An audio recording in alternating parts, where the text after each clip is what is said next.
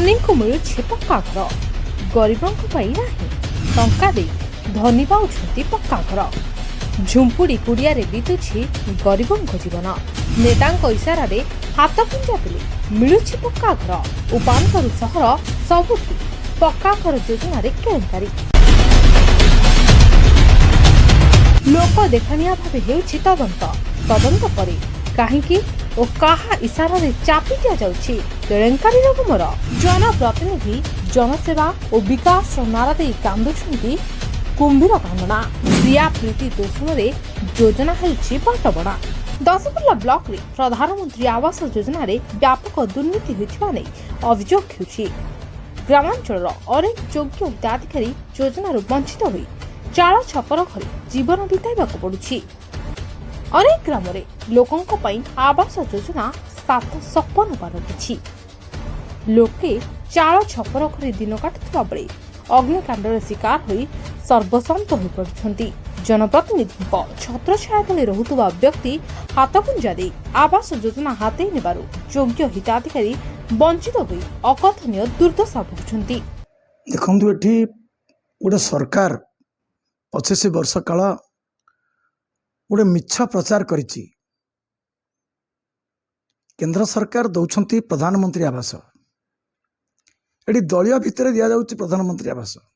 ପ୍ରକୃତ ହିତାଧିକାରୀ ଯେ ଗରିବ ଲୋକ ଯାହାର ଘର ନାହିଁ, ମୁଁ ଅନେକ ଜାଗାରେ ଦେଖିଛି ଝୁମ୍ପୁଡ଼ି ଘର, ମାନେ ଭଙ୍ଗା ଘର ଛପର କରିବା ପାଇଁ ତାଙ୍କ ପାଖରେ ନଡ଼ା ବି ନାହିଁ। ଏସବୁର ମୁଖ୍ୟ କାରଣ ହେଲା ବିଜୁ ଜନତା ଦଳର ସରକାର।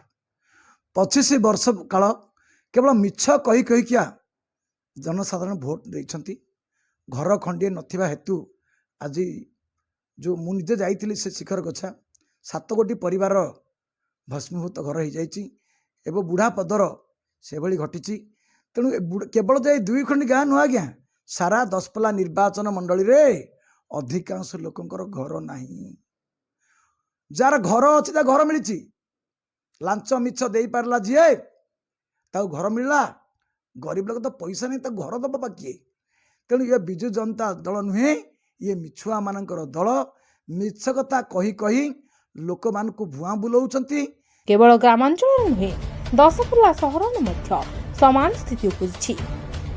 ନେତାଙ୍କ ପ୍ରିୟା ପ୍ରୀତି ତୋଷଣରେ ହାତ କୁଞ୍ଜା ଦେଇ ଧନୀ ଲୋକମାନେ ମଧ୍ୟ ପ୍ରଧାନମନ୍ତ୍ରୀ ଆବାସ ଯୋଜନାକୁ ହାତେଇ ନେଇଛନ୍ତି, ଯାହାଫଳରେ ଗରିବ ଅସହାୟ ଲୋକମାନେ ଆବାସ ଯୋଜନାରୁ ବଞ୍ଚିତ ହୋଇ ଜରି ପାଲ ତଳେ ଜୀବନ ବିତାଇବାକୁ ପଡୁଛି।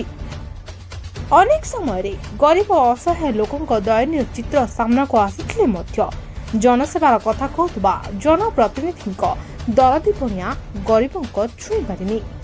ଦଶପଲ୍ଲା ଏନ୍ଏସି ଅଞ୍ଚଳରେ ପ୍ରଧାନମନ୍ତ୍ରୀ ଆବାସ ଯୋଜନାରେ ବ୍ୟାପକ ଅନିୟମିତତା ହୋଇଥିବା ଅଭିଯୋଗ ପରେ 2019 ମସିହାରେ ପ୍ରଶାସନ ପକ୍ଷରୁ ଏକ ବଡ଼ ଧରଣର ତଦନ୍ତ କରାଯାଇଥିଲା।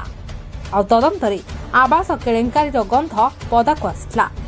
ହେଲେ ପରବର୍ତ୍ତୀ ପର୍ଯ୍ୟାୟରେ ତଦନ୍ତ ରିପୋର୍ଟ ନାଲି ଫିତା ତଳେ ଚାପି ହୋଇଗଲା ବୋଲି ଜନସାଧାରଣରେ ଆଲୋଚନା ହେଉଛି।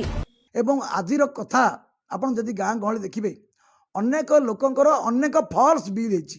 ଲୋକ ଘର ପାଇନି, ତାଙ୍କର ବିଲ୍ ହେଇଯାଇଛି। ତେଣୁ ଏଇଭଳି ଅନେକ କଥା ରହିଛି। ଆପଣ ଦଶପଲ୍ଲା ନିର୍ବାଚନ ମଣ୍ଡଳୀର ଯେଉଁଆଡ଼େ ଯିବେ, ଏମିତି ଅନେକ ଗରିବ ଲୋକ ଅଛନ୍ତି ଯାହାର ପକ୍କା ଘର ଖଣ୍ଡିଏ ନାହିଁ। ବିଜୁ ଜନତା ଦଳର ଚାପରେ ଏସବୁ ଦୁର୍ନୀତି ଭ୍ରଷ୍ଟାଚାରକୁ ଘୋଡ଼ା ଯାଇଛି, ଯେଉଁଟାକି ସାଧାରଣ ଗରିବ ଲୋକଟିଏ ଘର ପାଇପାରେ ନାହିଁ। ଯାହାର 10 ବଖରା 2 ମହଲା କୋଠା ଘର ଅଛି, ତାକୁ ଘର ମିଳିଛି। ତେଣୁ ବିଜୁ ଜନତା ଦଳରେ ଚାପି ହେଇ ପ୍ରଶାସନ ଏ ତଦନ୍ତରୁ ଦୂରରେ ରହିଛି। ମୋ ସରକାର ଆସିଲେ ଏଠି ଗରିବ ଲୋକକୁ ପକ୍କା ଘର ଦିଆଯିବ। ଅତୀତରେ ନବୀନ ବାବୁ 5,23,000 ଘର କେନ୍ଦ୍ରକୁ ଫେରେଇ ଦେଇଛନ୍ତି। ତେଣୁ ସେ ଯେଉଁ ଫେରେଇଥିବା ଘର ପୁଣି ଗତ ବଜେଟରେ 2 କୋଟିରୁ ଉର୍ଦ୍ଧ୍ୱ ଘର ମୋଦିଜୀ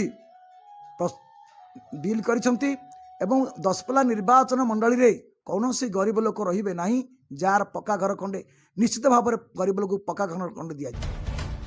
ହେଲେ କାହା ଚାପରେ ଚାପି ହୋଇଗଲା ପ୍ରଶାସନ? କାହିଁକି ଖୋଲିଲାନି ଆବାସ କେଳେଙ୍କାରୀର ଗୁମର? ତାହାକୁ ନେଇ ଏବେ ଜନସାଧାରଣରେ ଚର୍ଚ୍ଚା ଜୋର ଧରିଛି।